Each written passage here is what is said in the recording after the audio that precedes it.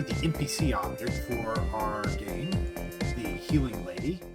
And we had her go and do some healing for Link, but when we talk with her, Link is still able to jump around and move and stuff. So in order to prevent that from happening, we need to start adding pausing to our various objects in the game. So let's get cracking on that. We have in the Link side-scrolling object in the step event at the top here, our pausing section. So close that. We have our pausing section. In the pausing section, we have 4 types of pauses. So transition pause, text box pause, pause, and last but not least, create pause on demand. All right. So basically, this big it means that only when the Link object exists can we actually create a pause on demand. That's kind of important because we don't want them to be able to pause the game when they've died. And that would, I mean, we could set up the game so that you could do that, but there's no need to pause the game when you've died because you're kind of in a fixed state at that point where you go to the death screen and then it respawns you back to the main safe room, and just pausing at that point doesn't really matter. So what we have here is our transition pause. So we have it set up so that if a transition is not finished, this little script basically checks to see if the transition manager is in the off mode. And if the transition is not finished, then our image speed is equal to 0. So we don't animate, we're paused. And exit, since all of our state and everything require the execution of the state to be able to actually do anything through the step event. By exiting at the top of the step event, we effectively stop all processing in this object. So it makes pausing really easy. And so a lot of times, so let me discuss a little bit about the differences in pause styles here real quick for you. So what I'm doing right now is basically what I would call a live pause. So all your objects stop processing, but there are things that you can do during a live pause, such as the background can still animate, such as like animated grasses would still wave, and background images would still animate or whatever. Depends on what you set up in your pause object, right? Everything is it's very customizable, very open for use, and it's somewhat more complicated than the other type of pause, which is the still pause, the screenshot pause, which is the very common sort that you see all the time, where to pause you create a pause object which takes a screenshot of the game, then disables all the objects in the game, and then just draws that screenshot over the GUI layer and basically just pretends that things are still there, but there's actually nothing there except for the pause object because everything else has been stalled. And in that case, you can't do anything. You can't animate the picture. You can't update anything in the background. You are stuck. It just shows one static image during the pause. And this way is, like I said, more complicated, but it's much more customizable. You can have certain things animate. You'll see this, particularly the reason why I came up with this, because in the mainly because the Mega Man tutorial, Mega Man had a live pause where when you would open up the menu for choosing what weapon you're going to use, Mega Man would cease to exist. He'd stop drawing, but the background would continue to animate and things would continue to animate. So yeah, and that's why I came up with this system, and I really like it myself, but it's not necessarily, like I said, the best system. You can also do the still pauses if you prefer. It's very simple to do it that way. You don't have to remember to add a pause section to the top of everything, but really it's not too hard to just basically copy and paste this onto everything, except that you'd probably take out that bit when you're copying it to other things. Anyway, so we have our text pause here. So whenever a text box exists, we want to pause the player. We don't want to be able to do anything. Same thing goes for our NPC lady over in the step event. When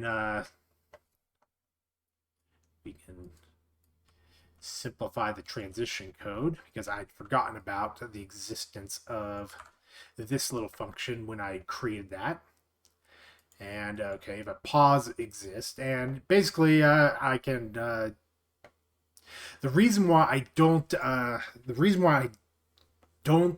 check for a text box to pause in this lady, and preferably I actually check for her text box exactly, is because you're in the town. There are multiple NPCs walking around, right? So when we talk to an NPC, we only want to pause the NPC specifically that we are talking to. We want the other NPCs to go about their day, just keep on walking, do whatever you're doing. But we want the specific NPC that we're talking to stop moving at that point. So that's why it's set up this way there. And of course, we don't have the ability to check for a pause in there because they don't need to. Yeah. So, anyways, and last but not least, create a pause on demand. So if you press the start button, then instance create layer at negative 32, 32 instances, object pause. Doesn't really matter where you create or what layer or whatever, just as long as you create one. And of course, remember to clear your start input. Otherwise, the pause object will spawn up and it'll say, oh, you press start. And that means I must kill myself. So it'll instantly kill itself. And so you just will end up pressing pause and it won't work. And you'll be wondering, why in the world did my pause work? And you're like, oh, yeah, I got to clear my input. So you got to remember that kind of stuff. Image speed equals 0 again. And like I said, that's basically just doing this part's job, except since we're down here, I could move this. No, we don't want to do that.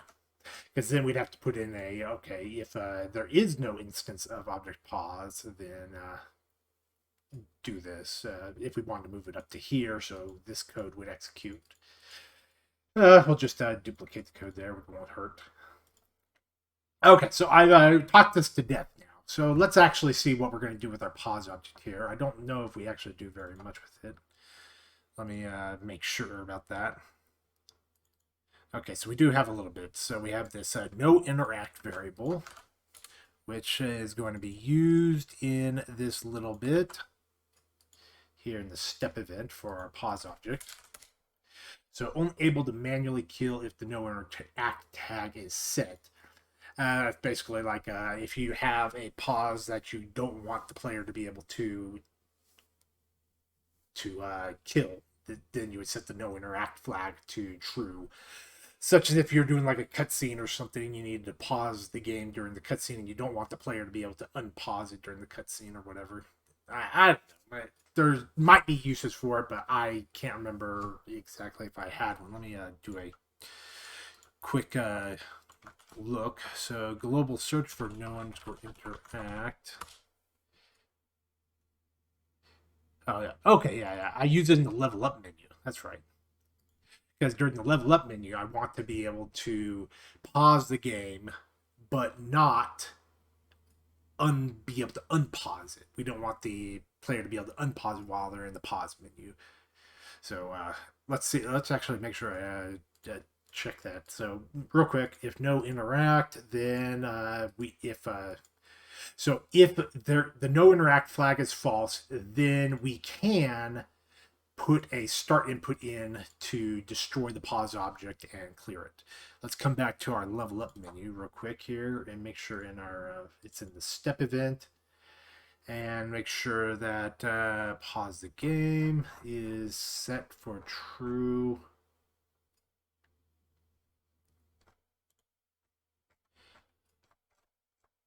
Okay, yeah, that'd be that's in the create event actually. So yeah, pause instance is equal to instant create object pause instance dot no interact is equal to true.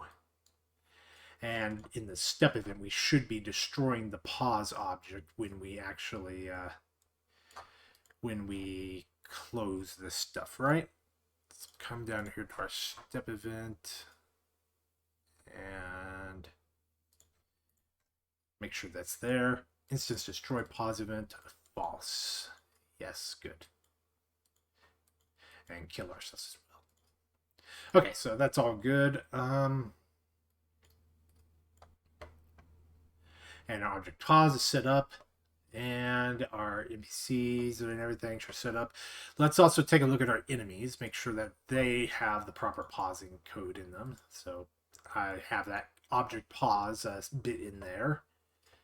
And I didn't include the transition stuff, though I definitely should. So, and I kind of have this set up as a one-liner there if you want. It kind of saves on the code a little, especially since they're kind of very similar, very easy. I could just do an if this and this, basically is what I'm saying here. I could do a if not transition finished and or instance exist object pause, then execute this code. And let's see, another thing. So we want you to pause if the transition is not finished. We want you to pause if an object pause exists. And we would also like you to also pause if a text box exists. Yeah, that would probably also be good because we don't want you to be able to like talk to somebody and then, oh wait, you're being attacked by an enemy in the background while you are talking with this other person. Like in some games I've played where they just, you can talk to a person and then you'll just be attacked by an enemy and you'll be locked into this talking state while you're being attacked by an enemy, and they weren't nice enough to put you as invincible while you're talking to somebody. So you're being killed and there's nothing you can do about it except try to spam through the text box as fast as possible. You know, that's a very bad position to put your players into. So don't do that. Don't do that. So yeah, basically bit. So I mean, yeah, we don't have to pause them during the text box. Like I said, you could have just made the player invincible while they're in a text box while a text box exists, or maybe while a text box exists, the enemies lose aggro on the player or something like that. There's a myriad of ways you can handle this. I like this way, but at least for this game purposes, this works just fine. So let's check you again. Yep, you're pretty much the same. Dealer does have this. We do the player check outside of the pause because we want to be able to we want to be able to use the player distance from us as a freezing opportunity as well, as a pausing opportunity as well. And of course, all the other stuff. Let's see, Moblin. Again, basically the same thing, except I don't think I even have a pause check at all in this case.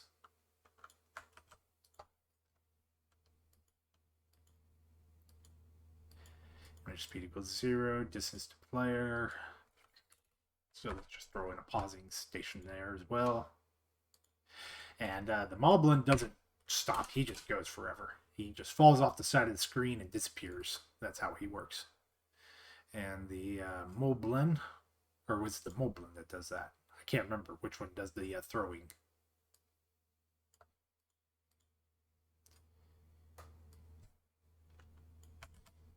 There we go. All right, so that's all good. Taking care of them, covering those guys. And of course, again, like in the spear projectile, I could also put in a pause on this, so the spear pauses in midair. But in this case, I basically have it set up so that when you press pause, the spear just sort of falls. Oh, well, I mean, it'll keep going, but since you could actually use it to cancel the spear damage, so to say, by running at the enemy, and as he throws it, pause the game, let the spear go through Link, but since it's paused, Link doesn't process that the spear was there, and the spear just goes right through him. Then you unpause and keep going, and you just, there's a bunch of stuff that you can think of, ways to cheese a game by using that sort of a slightly slapdash coding that I'm using right there. But you can fix that kind of stuff if you want, especially if you make your own game. But I'm not trying to remake the entire Zelda 2 game here. So I think we basically have covered pausing, and I've talked a lot about the different theory and everything that goes into it. So I think we're done here. This is a bit of a short episode, but It is very important. Thank you, everybody, for joining me. We will finish up here, and we will let Past Me take it away with some Patreon names at this point. I'd like to thank my Legacy Patreon sponsors who supported me last season during the hiatus. Jens Burton, JD Lowe, Suli, and Vazia. I'd of course also like to extend my thanks to my current Patreon sponsors. Kenneth Klein, Confusion, Jamal, Fernando, Sergez, and lastly, Amy. Thank you everybody for supporting the NES Game Maker. You really help it all happen. And remember, good luck with your program.